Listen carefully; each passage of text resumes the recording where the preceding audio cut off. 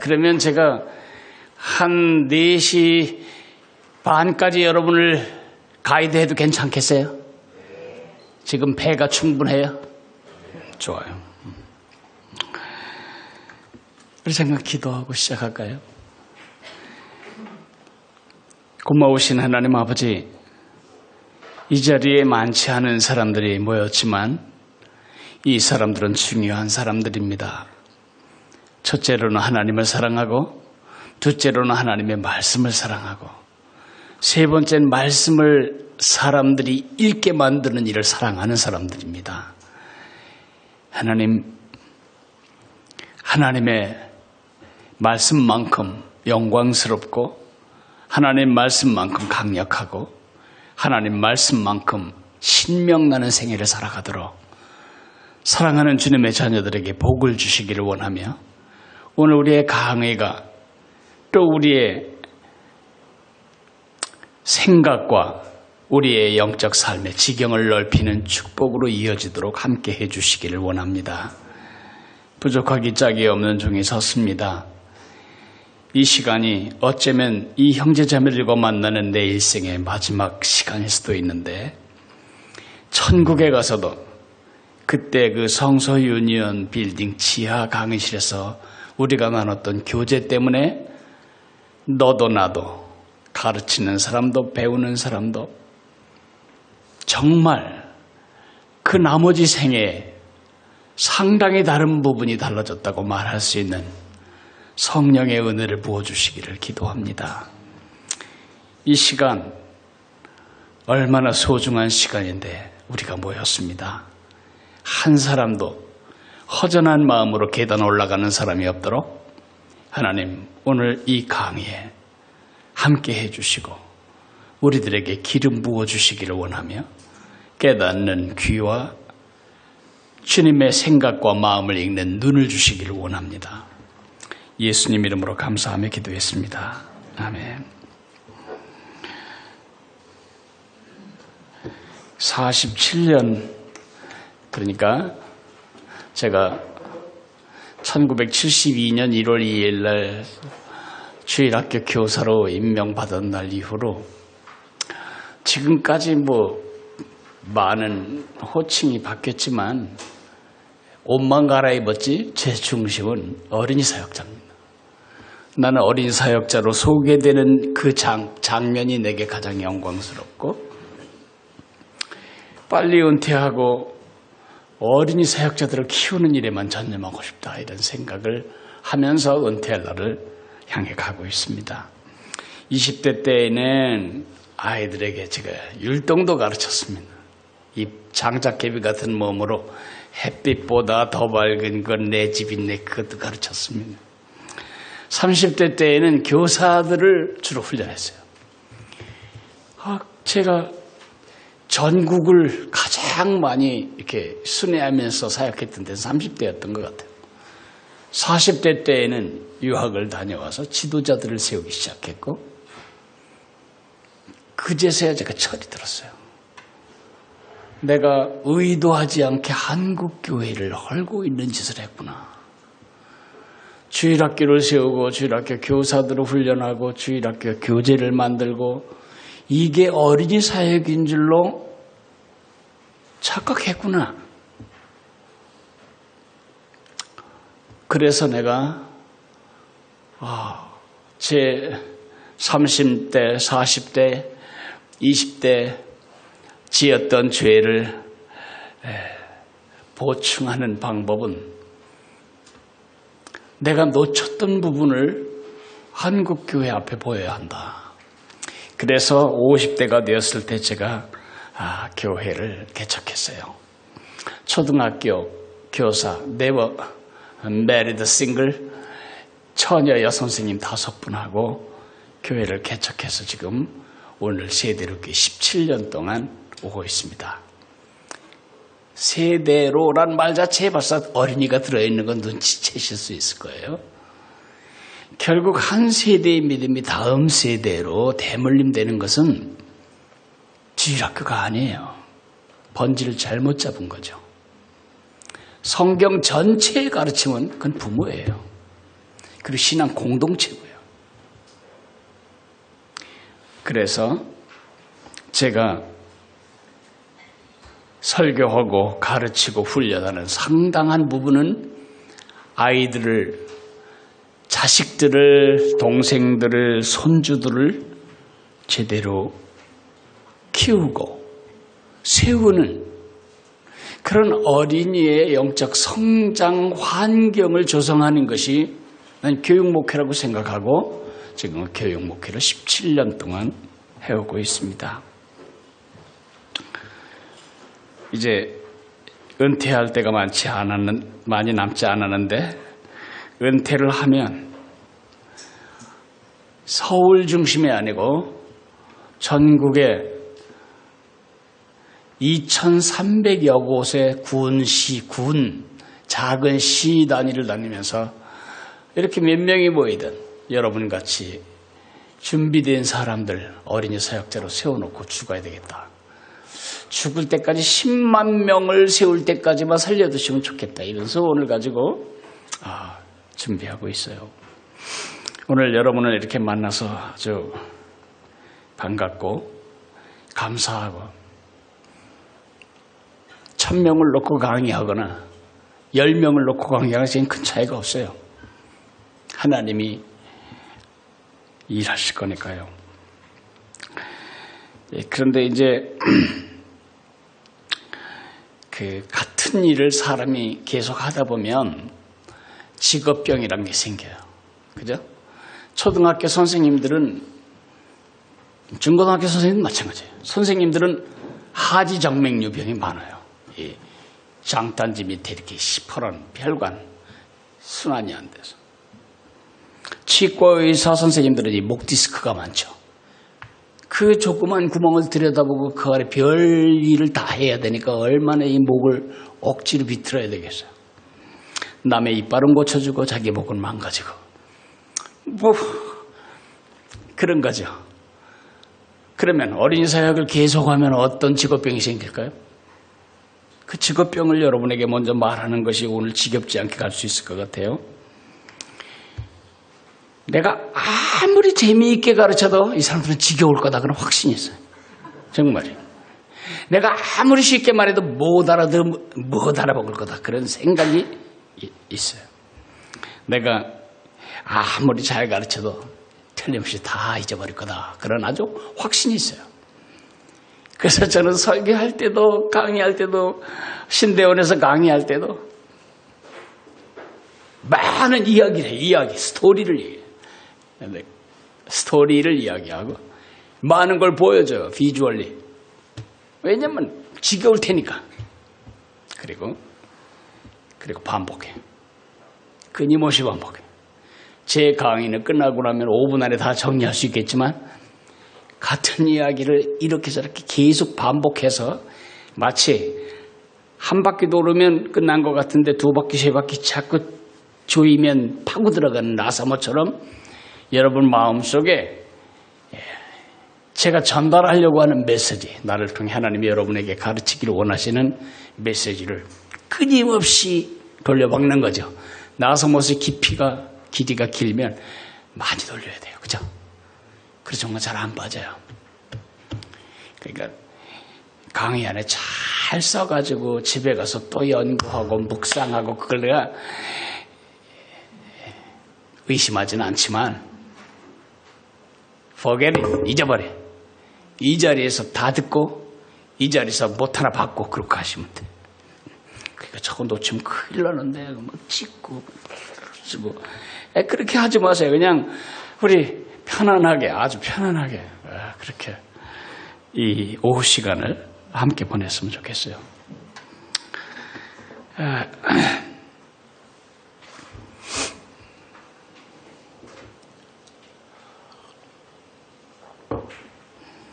여러분이 눈꺼풀이 처지고 지쳐있는 싶으면 내가 꼭 쉴 거예요. 그러니까 걱정 말고 눈꺼풀 내리 깔아요.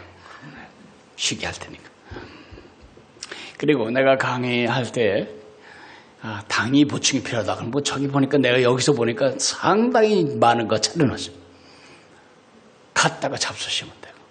목마르다 그러면 나한테 미안해하지 말고 가슴불 떠다가 먹으면서 우리가 같이 여행을 했으면 좋겠습니다.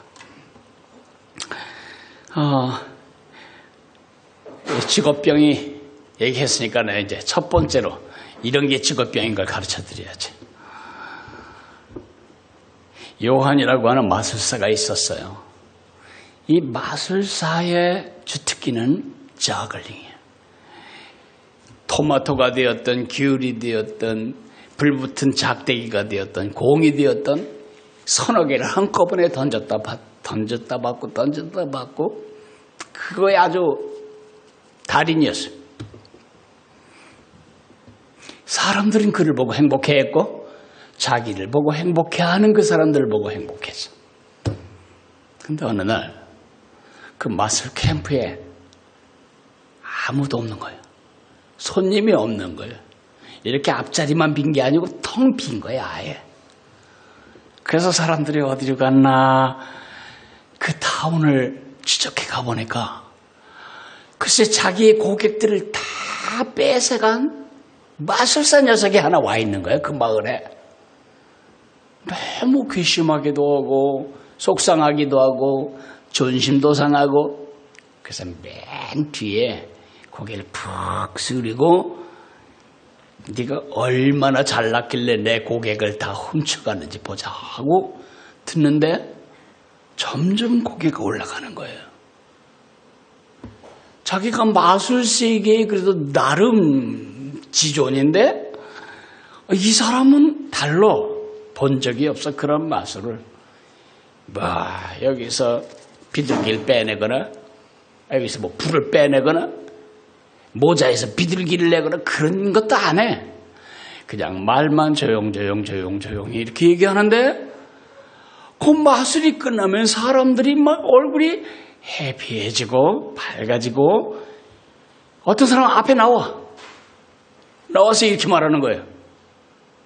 내가 우리 집에 놀러온 이웃집 암탉을 잡아먹어버렸는데 내가 오늘 집에 가서 3마리 갚아드리겠습니다. 와, 한 남자는 오자마자 눈물을 줄줄 흘리면서 자기 아내 한 바라보고 말해요. 여보, 당신 몰래 내가 다른 여자하고 잠을 잤는데 다시는 그런 짓 안 할 테니까 날 용서해 주세요. 세상에 무슨 마술이 사람 속까지 기어들어가서 사람의 내장부터 뒤집어 없는지 이건 내가 꼭 배워야 되겠다. 저 사부님께 배워야 되겠다. 그래서 뒤에서 다 듣는 거죠. 그런데 그가 며칠이 안 돼서 깨달은 건 그건 마술 캠프가 아니야. 그거는 전도자의 복음 전도 캠프였어요. 그래서 거기서 예수님을 믿고 그는 그 자리에서 주님께 자기를 드렸어요. 나 이제 사람들 눈속임이나 하는 마술사짓 그만하고 사람을 변화시키는 말씀의 사역자가 되겠다. 그래서 스도원에 들어갔어요. 스도원 신학교에서 얼마나 열심히 공부했겠어요. 동기가 유발됐으니 다를 거 아니에요. 동기가 유발된 요한이를 따라올 사람이 없죠.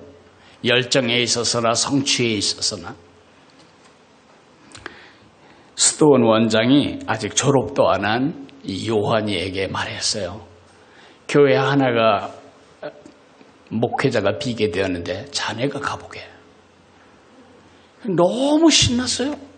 신학 공부도 안 끝났는데 목회자로 파송을 받을 판이니까요.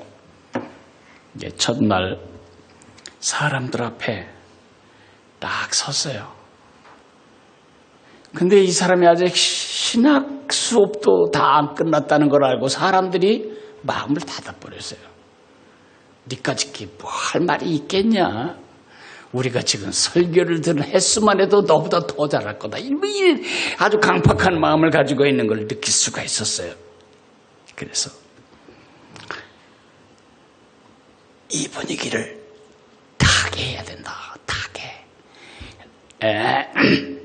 또 참 아무리 생각해도 화끈한 화두가 떠오르질 않는 거예요. 그러자 사람들이 여기저기서 길길거리고 웃기 시작했고 머리속이 하얗게 되어가지고요. 무슨 설교를 준비했는지 하나도 생각이 안 나고 무슨 본문으로 말하려고 했는지 생각이 안 나는 거예요. 그래서 할 수 없이 이렇게 말했죠.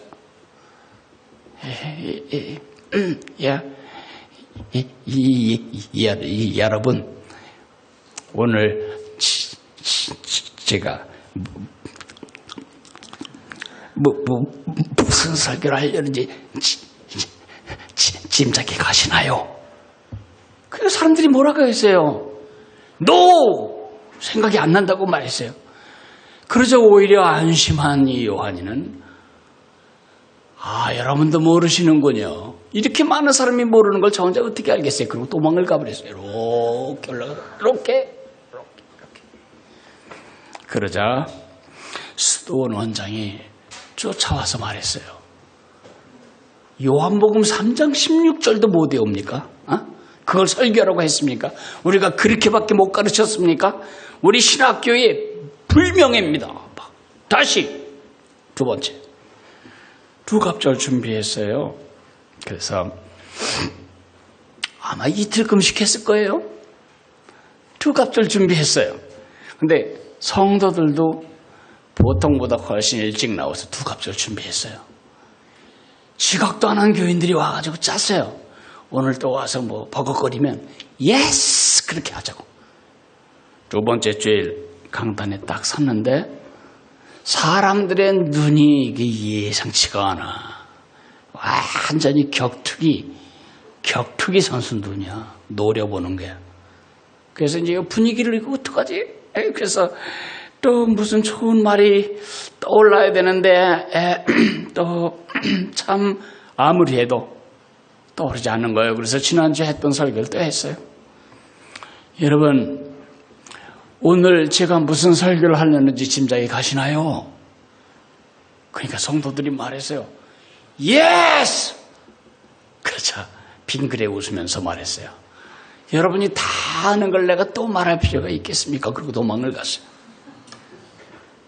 그러자 스도원 원장이 또 기가 막혀서 정짝을 내리치며 말했어요. 그게 무슨 설교냐? 삼진 아웃이다 이제. 마지막 세 번째. 세갑절 준비했어요. 성도들도 세갑절 준비했어요. 이 통로를 중심으로 이쪽은 전부 또 이제 또 와서 버벅거리면 이쪽은 전부 예스라고 말하자, 이쪽은 노라고 말하자. 그래 딱 짠 거예요. 세 번째 주일 나와서 설교를 하려고 섰는데 이건 예산 일이 아니야. 그래서 전운이 감도는데 이게 보통 일이 아니야. 뭔가가 더 터질 준비가 다 된 화산 같아. 그래서 여러분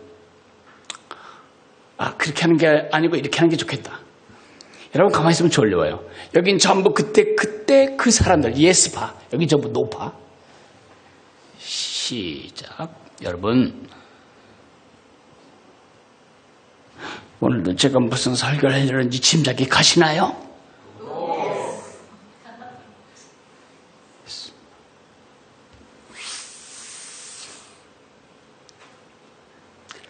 아는 사람이 모르는 사람에게 얘기해 주세요. 아는 사람이 모르는 사람에게 얘기해 주세요. 그 도망갔어요. 수도원 원장이 와서 죽일 줄 알았는데 그걸 안고는 말했어요. 우리가 이렇게 잘 가르쳤다면 말입니까? 전 12자밖에 못했는데요. 아는 사람이 모르는 사람에게. 어떻게 그 12글자를 가지고 사도행전 전체, 성경 전체 이야기를 요약할 수 있단 말입니까? 복음은 아무것도 모르던 세례 요한에게 성령께서 그니시다 그렇게 가르쳐줘가지고 알게 되었는데, 그 세례 요한이 아무것도 모르는 베드로 이니가 그니야, 이니가 바로 그 메시아야 그래 가르쳐. 베드로는 수많은 사람들에게 말했지만 특별히 오순절 이후에 유대인들 눈이 뚱그레져가지고 이게 뭔 사건인지 요즘 꿈자리가 뒤숭숭하든지 뭐 예수가 다시 살아났다 어쨌다 별소리 다 있더니 지금 이 사람들은 도대체 어느 외국 학당에서 공부를 했길래 이렇게 우리말을 다 하는 거야. 막 눈이 이렇게 있는 오순절 그 유대인들에게 그니입니다. 바로 메시아를 증언했어요. 그때 그걸 들었던 사람들이 이제 알았어요. 예수님이 그 메시아인 걸 알았어요. 그래가지고 흩어져서 계속 말하는 거예요. 아는 마누라가 모르는 남편에게 모르는 남편이 알아가지고 모르는 이웃 동료에게 그 동료가 또 자기 부인에게 그렇게 해서 복음은 여기까지 왔고 땅 끝까지 갈 겁니다. 그래도 한평생 설교 들었는데 설교 한 편은 다 외우고 있어야지 전문을. 저는 아주 전문을 토시 하나 안 틀리고 외우는 설교 한 편이 있어요. 아는 사람이 모르는 사람에게. 한번 해보세요. 시작. 잘하셨네. 내가 이 이야기를 어디서 배울게요? 30년 전에 성서윤리원에서 나온 이 조그만 책 하나가 있어요. 그 책에서 제가 읽은 이야기를 지금 하고 있는 거예요.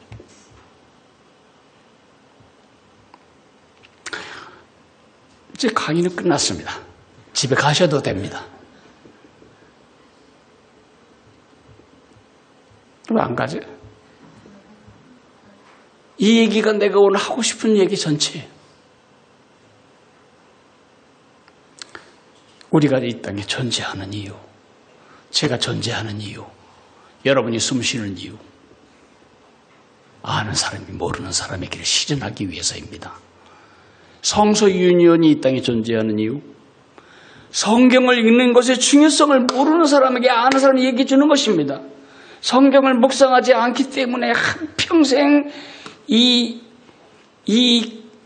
가장 밝은 광원을 옆에 놓고도 캄캄하게 사는 사람들에게 열어서 읽으라고, 그래야 빛을 본다고. 아는 사람이 모르는 사람에게 이게 성서윤리원이고, 아는 세대가 모르는 세대에게 그게 파이드원이고, 또 말해봐요. 어느 기관이든지 성도도 마찬가지. 목사가 뭐로 존재해? 아는 사람이 모르는 사람에게. 주일학교에서 뭐로 해? 아는 사람이 모르는 사람에게.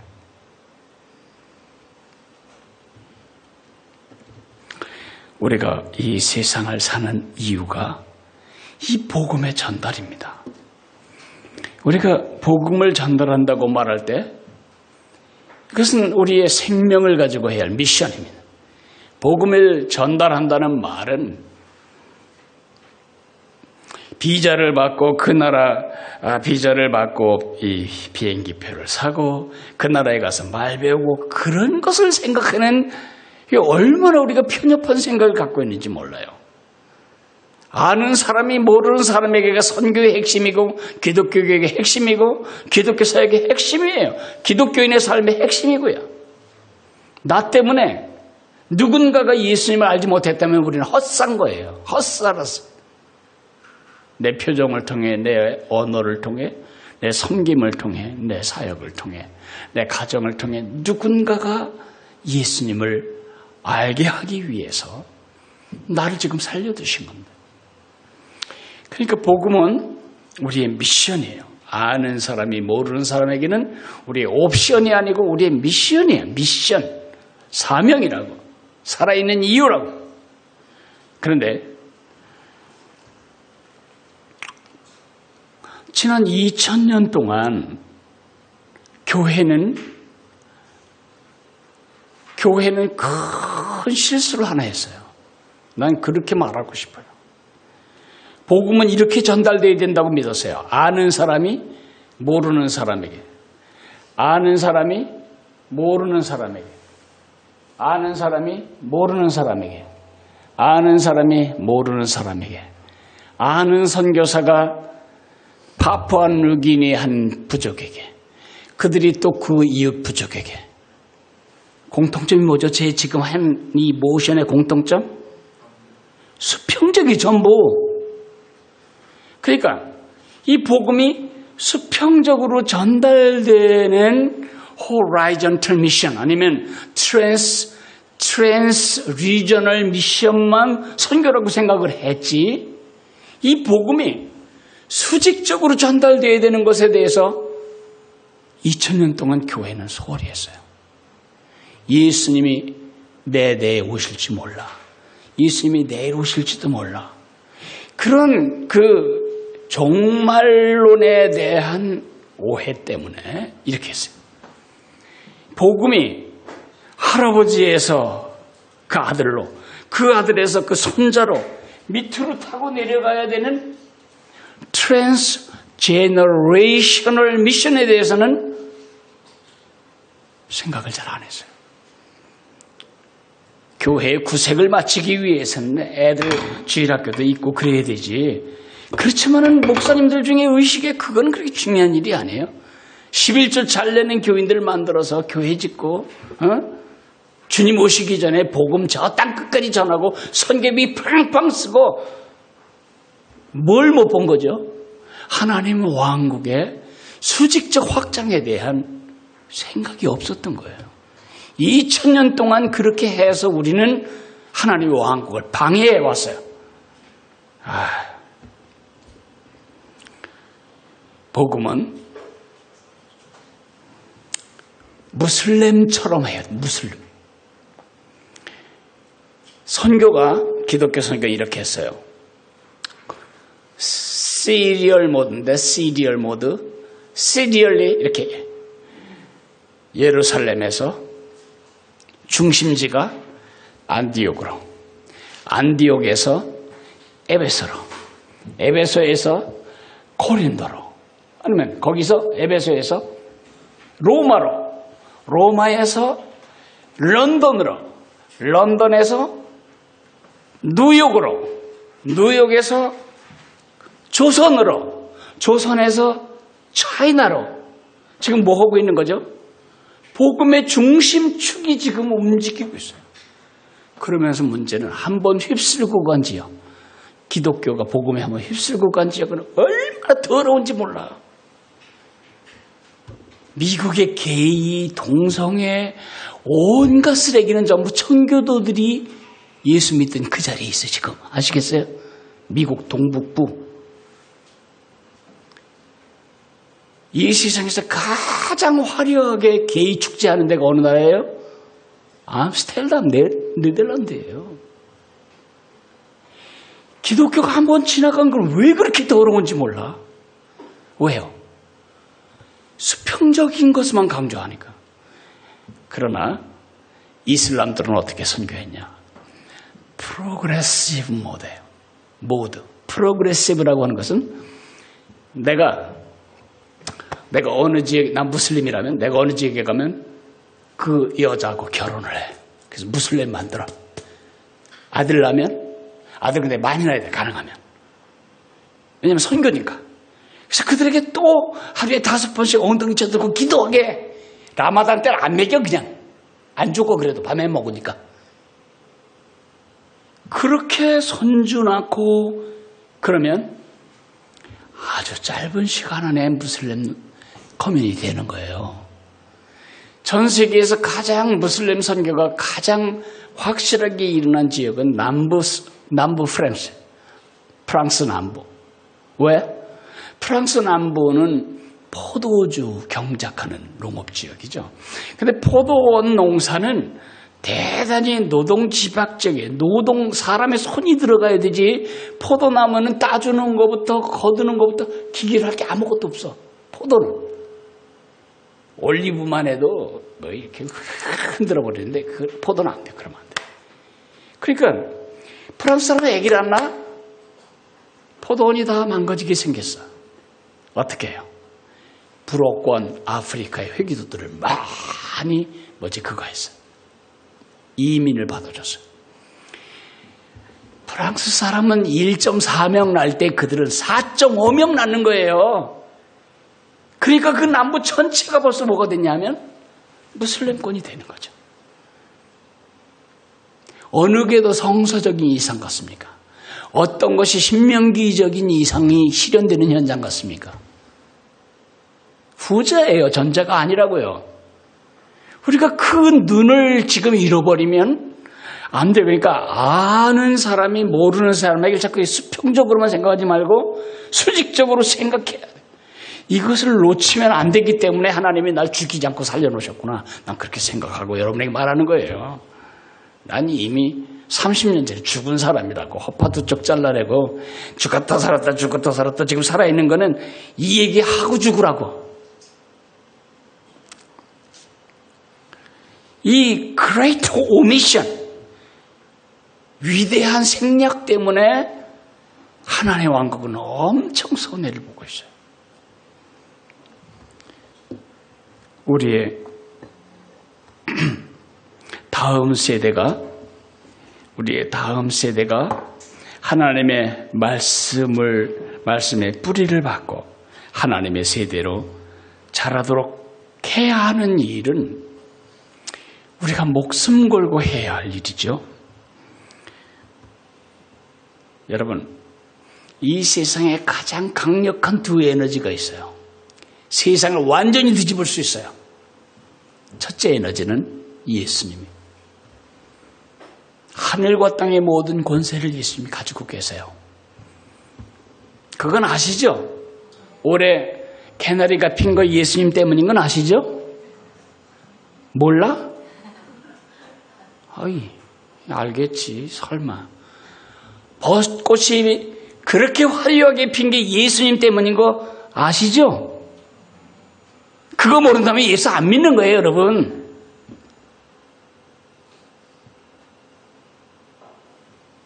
내가 여러분에게 예언하는데 조금 있으면 많이 더워져요. 한 1, 2개월 지나면 여러분 다 반팔이 보이지 이렇게 못 입어요. 내 예언 맞아요. 그리고 몇 달 더 있으면 노랗게 단풍 될 거예요. 몇 달 더 있으면 눈 쏟아집니다. 대비하세요. 방어 하나 사놓으세요. 쌀 때. 난 믿어요. 날 믿으시라고. 반드시 겨울 와요. 그럼 너무 실망하지 마세요. 그 다음에 또 봄 옵니다. 아니 살아보지도 않고 어떻게 그런 예언을 그렇게 함부로 하지? 지금까지 살아보니까 해마다 반복돼서 그렇게 믿는 게 아니에요. 나는 골로새서 1장 16절 17절 내가 가장 좋아하는 기절. All things are created by Him. 만물이 그에 의하여 창조되었고 All things were created for Him. 예수님을 위하여 창조되었고 In Him. 예수님의 손 안에서 All things are held together. 만물이 지금도 그 자리에 유지하고 있다.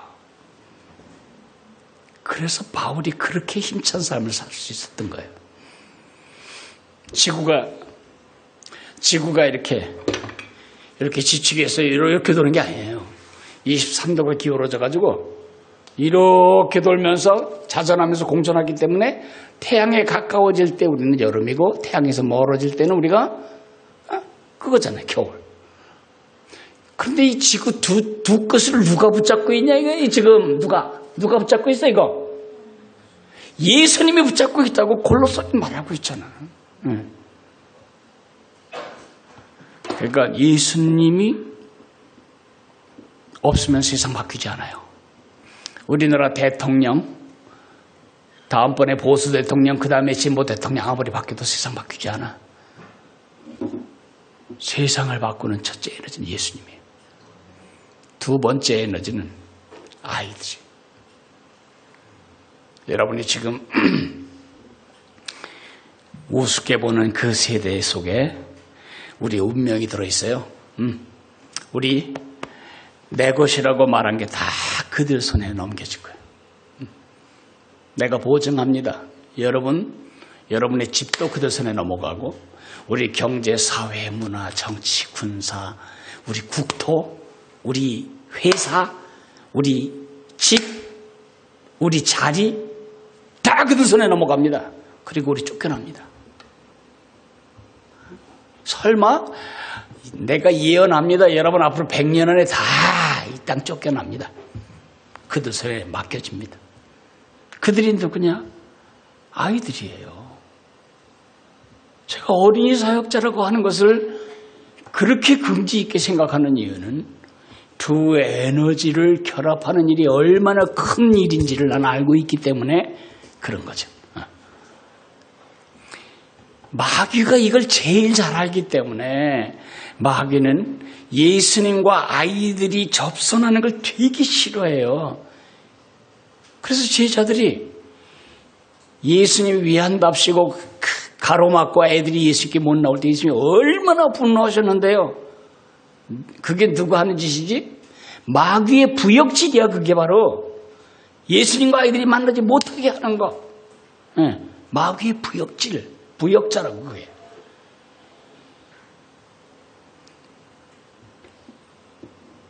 유대인 아가들이 태어날 때 아들들을 다 나일강에 물속에 집어 쳐넣으라고 그래 했잖아요.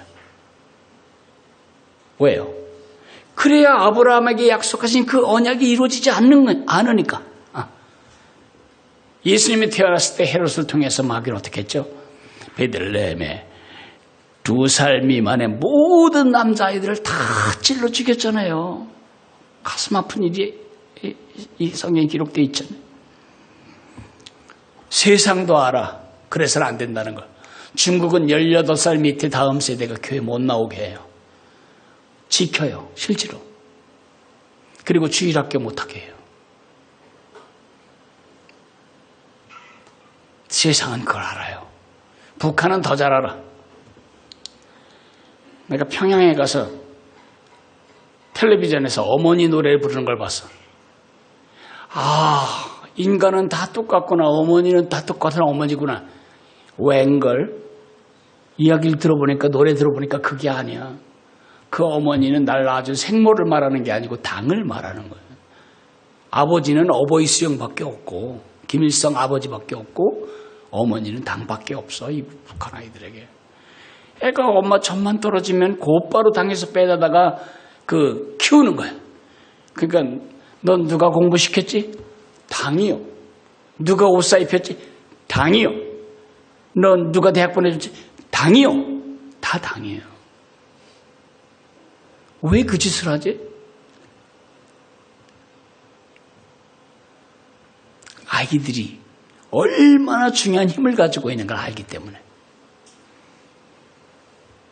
코카콜라 회사 사장이 질문을 받았어요.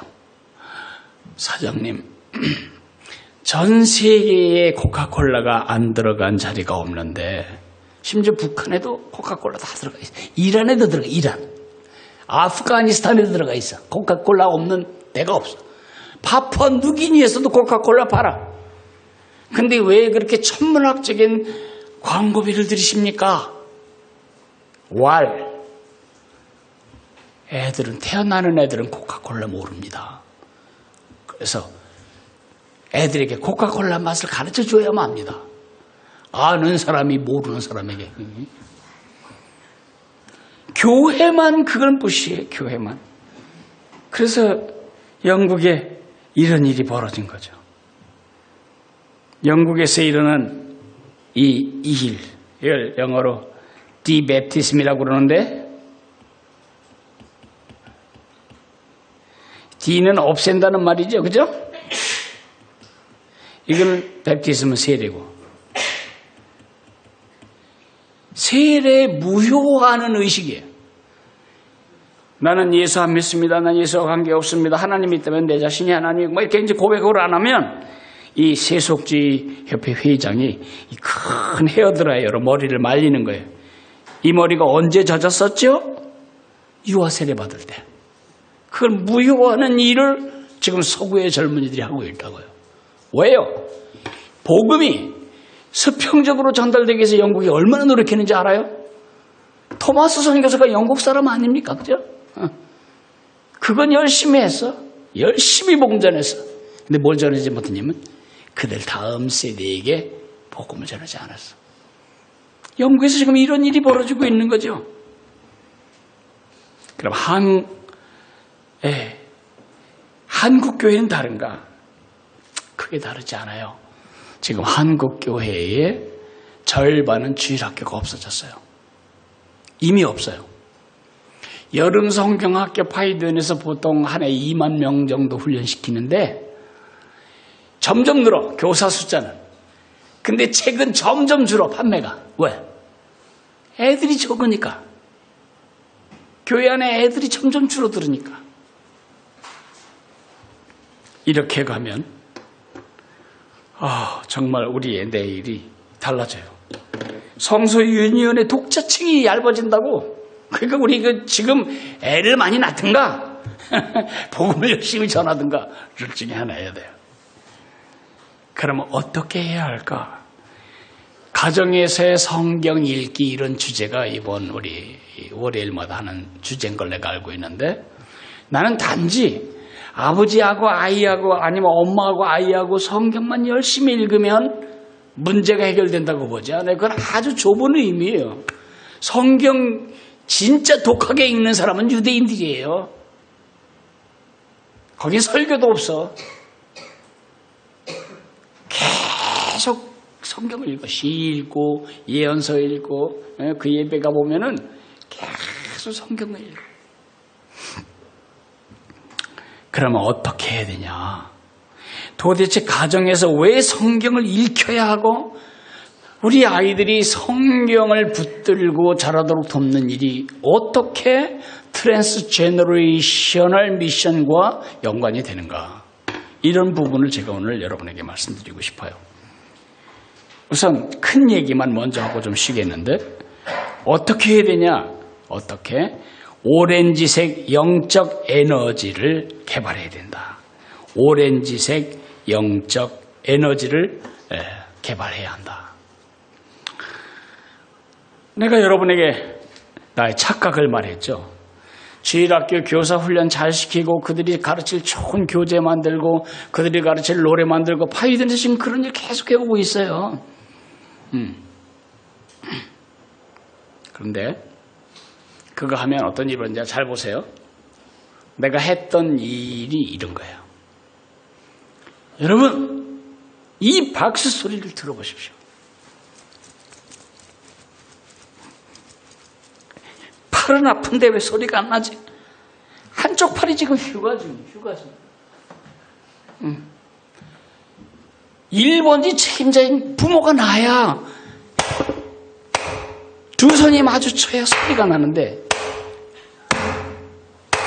그걸 안 했다는 거죠. 250년 정도? 정확하게 말하면 1769년에 로버트 레이크스라는 사람이 썬데이 스쿨을 만들었는데 교회는 아무 비판 없이 그 썬데이 스쿨을 교회 안에 들여다 놓고는 양자를 삼고 그 양자에게 자격도 안 되는 그 양자에게 온 가문의 미래를 얹어놨어요. 그래서 교회들이 지금 비고 있는 거예요.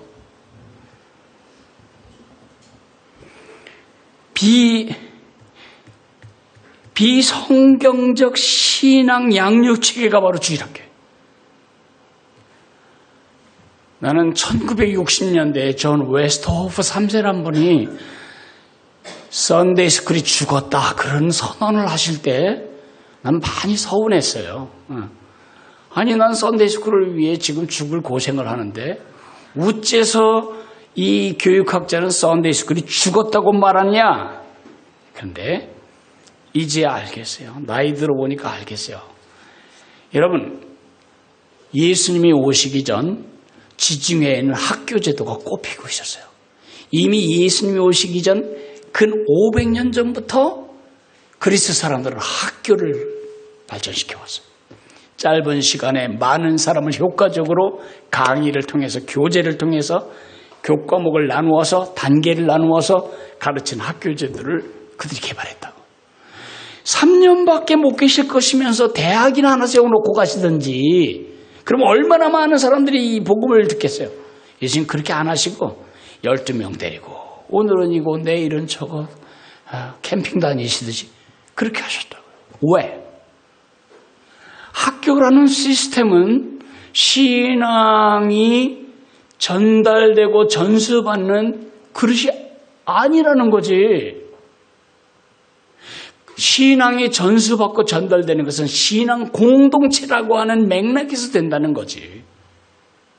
생각해 보세요. 그리스 사람들이 생각하는데 안다와 히브리 사람들이 생각할 때 안다는 아주 다른 말이에요. 그리스 사람들이 안다. 나 그거 알아 그럴 때 이거예요. 지식, 정보. 히브리 사람들이 안다 그거는 경험, 관계. 다른 거죠. 마리아에게 아들을 낳을 거다. 제가 남자를 알지 못하는데 어떻게 아들을 낳아요? 아니 마리아가 남자라는 짐승같이 생긴 인간들 못 봤다는 거예요? 아니에요. 남자와 성적인 개인적인 그리고 성적인 관계를 경험한 적이 없거늘 그런 뜻이에요. 그죠? 그러니까 우리 믿음이 이런 거라면 주일학교를 통해서 가능해요. 예수님이 돌아가신 방법은 다음 중 어느 걸까요? 1번 자살하셨다. 2번 자객에게 당하셨다. 3번 익사하셨다. 4번 십자가에 돌아가셨다.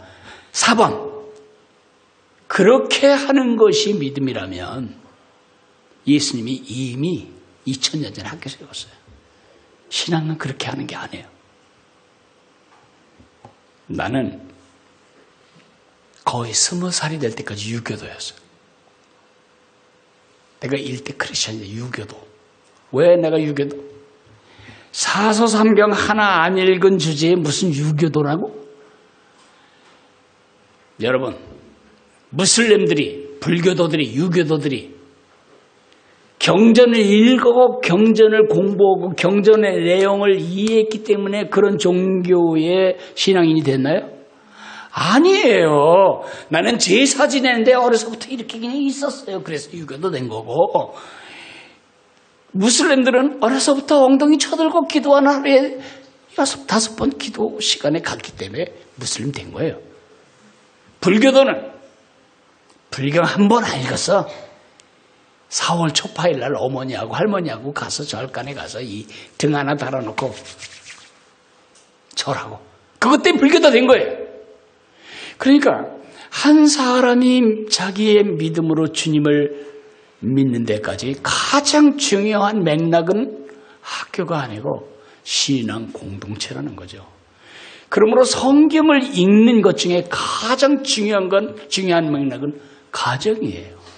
엄마가 성경을 읽고 아버지가 성경을 읽고 할머니가 성경 읽고 성경 읽은 대로 살고 성경이 기준이 되고 그런 가정에서 자라야 그 사람은 제너레이셔널 미션을 이어받아서 다음 세대에게 전달하게 되는 거죠. 가장 큰 잘못은 주일학교 운동을 강화하면서 아주 크게 지은 죄는 뭐냐 하면 부모들이 손 놓게 한 거야. 다음 세대로부터 손 놓게 한 거야. 여기 보면 2016년 4월 달에 된 거니까 3년 지난 통계이긴 한데요. 크리스천 학부모 절반은 주일날 예배와 학원이 겹쳐진다면 학원을 보내겠다. 아주 양심적으로 이렇게 말했어요. 근데 여기에 재미있는 건 뭐냐? 일반 성도는 53%, 53.5%. 학원 보내야지 당연히. 서리 집사는 34.2%. 조금 낫네. 근데 기가 막힌 거 중직자, 장로님, 권사님 57.4%가 학원 보내겠다요. 이 통계를 보면 여러분이 그렇게 가슴이 아프지 않을 수 있어요. 왜냐하면 숫자니까. 진짜 가슴 아픈 이야기, 이 장면입니다. 우리 교회에는 세대롭교회 나무도 있고 세대롭교회 새도 있고 세대롭교회 뭐 짐승도 있고 우리 다 그렇게 그 이미지로 하는데 우리 세대롭교회 새가 멸종하게 생겼어 지금. 이 새는 알바트로스 하는 새예요. 알바트로스. 한 번 떴다 하면 비행 구간이 남극에서 북극이에요. 날개 쭉 피면 3m 14. 그리고 보통 수명이 50세. 어마어마하게 크고 어마어마한 새인데 이 새는 이 날갯짓으로 나는 게 아니고 바람, 파도가 만들어내는 바람을 이용해서 에어로다이내믹 소어링, 에어로다이내믹 글라이딩 이렇게 하는. 그러니까 날갯짓을 해서는 2%고 바람을 이용해서 98%의 힘을 가지고 가는 거예요. 언제 싸지? 날면서 싸. 언제 자지? 반수명 상태로 날아. 앉아. 잤는데 발을 붙이고 자는 게 아니에요. 언제 먹지? 바다 가면서 눈이 밝으니까 이렇게 표면에 이제 오징어 같은 거, 이렇게 물고기 같은 거 채가지고 먹는데 요즘 아주 신종 헷갈리는 음식들이 많이 바다에 떠다녀요. 인간들이 보니 플라스틱이에요. 그것을 잔뜩 먹어가지고 와서 지금 새끼에게 먹이는 거예요. 지금 알바트로스 서식지에 새끼들이 많이 죽어요. 근데 그 죽은 사체에 안 썩고 남은 게 있잖아. 왜? 그게 먼저 플라스틱이에요. 병뚜껑, 라이터, 여러분이 써버린 볼펜 조각. 여러분 일회용 쓰지 마세요. 우리 교회 새 없어져서가 아니에요. 우리 지구가 망가지고 있어요. 가능하면 여러분 설거지해서 컵 쓰세요. 나는 우리 새 빌딩에 절대 일회용 못 쓰게 해요.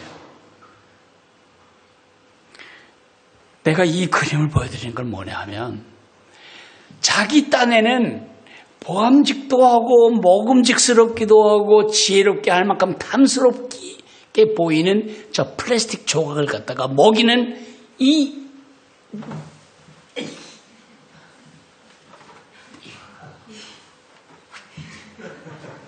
아이고 지금 한국 부모들이 그 짓 하고 있다는 거지. 뭐가 진짜 중요한 것인지 절로 가면 무엇이 중요하니? 무엇이 중요하니? 그걸 모르는 거야. 그래서 학원 가서 점수 잘 받아서 좋은 대학 가는 게 제일 중요해. 그러니까 대학 가면 다 교회 떠나. 미국의 복음주의도 30%밖에 교회 안 머물러. 우리 한국은 더 낮고. 이런 일을 왜 했냐? 가정에서 해야 할 성경 읽기, 가정에서 가져야 할 영적인 양육을 전부 교회가 떠맡아 버렸기 때문에 손을 놓은 거예요. 손을 놓은 거 정도가 아니고 이제는 바꿔치기 당하는 거지. 영적인 피싱을 당하고 있는 거예요. 그래서 레지 조이너라고 하는 사람은 오렌지 원리를 말해주고 있어요. 하나님의 관계보다 중요한 것은 없다. 그렇죠? 하나님과의 관계보다 더 중요한 건 없어요. 부모보다 아이의 하나님과의 관계에 더 큰 영향을 줄 수 있는 사람은 없다. 교회보다 부모에게 더 큰 영향을 줄 수 있는 기관은 없다. 교회가 부모와 손잡을 때 아이에게 미치는 영향을 아이의 영향을 미치는 교회의 잠재력은 극대화되고 부모가 교회와 손잡을 때 아이에 미치는 영향을 말이 이상하다. 아이의 영향을 미치는 부모의 잠재력은 극대화된다. 가정, 부모의 사랑이라는 새빨간 에너지, 교회의 진리라는 노란색 에너지가 둘이 결합이 돼서 융합이 돼서 오렌지 색깔의 에너지를 만들어야만 트랜스제너레이셔널 미션이 발생한다.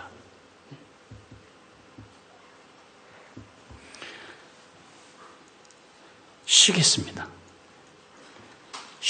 쉬고 나서 어떻게 그걸 하지? 그건 이제 그 다음에 내가 할 얘기죠. 그 다음. 좀 쉬세요. 저기 가서 당도 보충하고. 그러면 제가 한 4시 반까지 여러분을 가이드해도 괜찮겠어요? 지금 배가 충분해요? 좋아요. 우리 잠깐 기도하고 시작할까요?